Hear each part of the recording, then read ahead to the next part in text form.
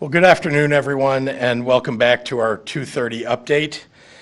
Let's begin today with a weekly review of our statewide data with a special focus on the subject of regionalization. First, I want to focus on hospitalization and its progression over time. On April 6th, we had 3,680 COVID patients in our hospitals. On April 10th, that number had risen to 4,020. On April 14th, that number had risen to 4,283. On April 19th, the number had risen to 4,599. And as of midnight last night, the number was 4,672, a net increase of 73 Illinoisans in 1 week's time. To remind you, these hospitalization numbers include both COVID-19 patients and assumed COVID-19 patients in the hospital in any condition, whether mild or serious. I'll offer the same time series progression for our COVID-occupied ICU beds as I did for overall hospitalization rates.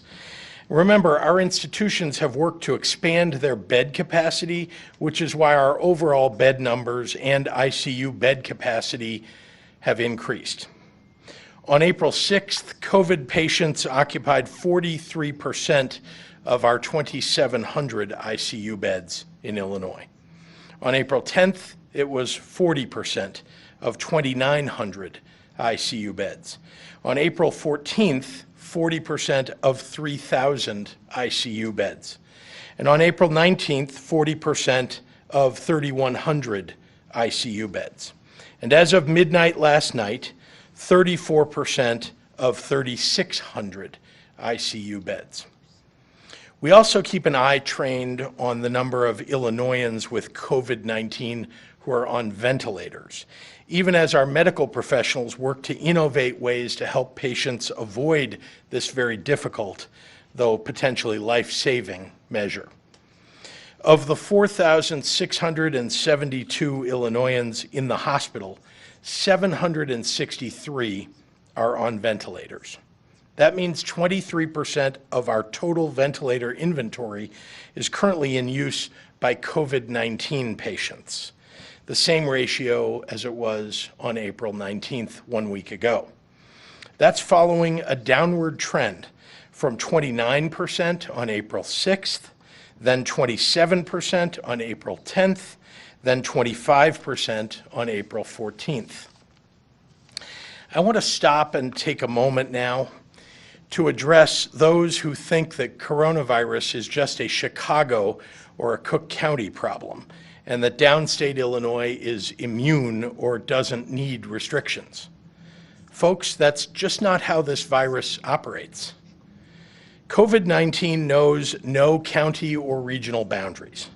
It's clear that some people are simply looking at the number of cases in a county and not looking at the infection rate.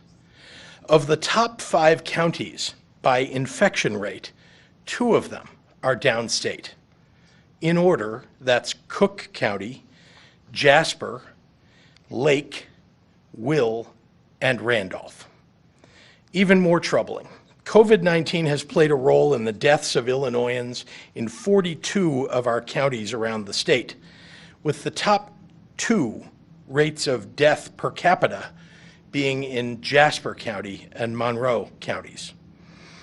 That means you're more likely to die of COVID-19 if you live in either of those 2 counties than if you live in Chicago or in Cook County. When these factors are taken into account, the overall picture around COVID-19 in Illinois is quite different than many have assumed.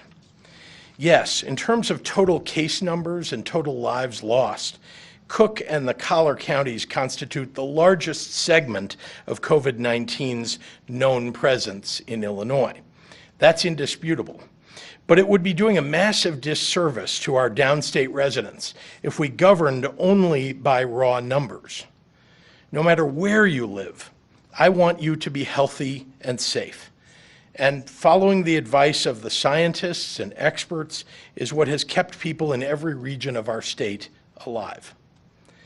It's true that there are a much larger number of cases and deaths in the metropolitan region around Chicago, but it's also home to nearly 2 of every 3 Illinoisans. And it's home to much of the overall hospital capacity that's needed if there's another surge of the virus.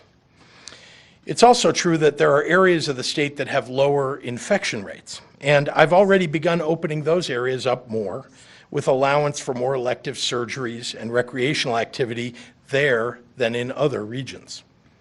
Since the earliest days of my governorship, I have aimed to make every decision with the needs of the entire state in mind, with a strong understanding about the differences between Chicago and Metropolis, between Rockford and East St. Louis, between Effingham and Quincy. To help me do the right thing by all of our residents, I've sought out the advice of local officials across the state of every background, even long before this pandemic. It's been a point of pride for me to listen. And now, as we fight COVID-19, every week I call Republican and Democratic mayors and legislators to hear their best ideas and talk through how I'm thinking through the decisions that need to be made. Some really good ideas have come from those calls. We don't always agree, but it's always a two-way dialogue. I understand that the choices that I've made and that I have had to make aren't easy, and there are some that disagree with them. But I've made each decision with a laser-like focus on the health and safety of every resident, and with a strong desire to get us back to work and school as soon as it's safe. Frankly, the decisions have most often been very difficult, often choosing between saving lives and saving livelihoods. But thousands of Illinoisans are still with us today because nearly all of you have made an earnest effort to follow our stay-at-home order. And so that's a decision that I'm extraordinarily proud to have made. And I'm going to keep making my decisions about defeating this terrible virus by focusing on the most important factors, following the science, monitoring and building up our healthcare systems, listening to local leaders, and keeping Illinois' families and workers top of mind, all in an effort to do the right thing for all of Illinois.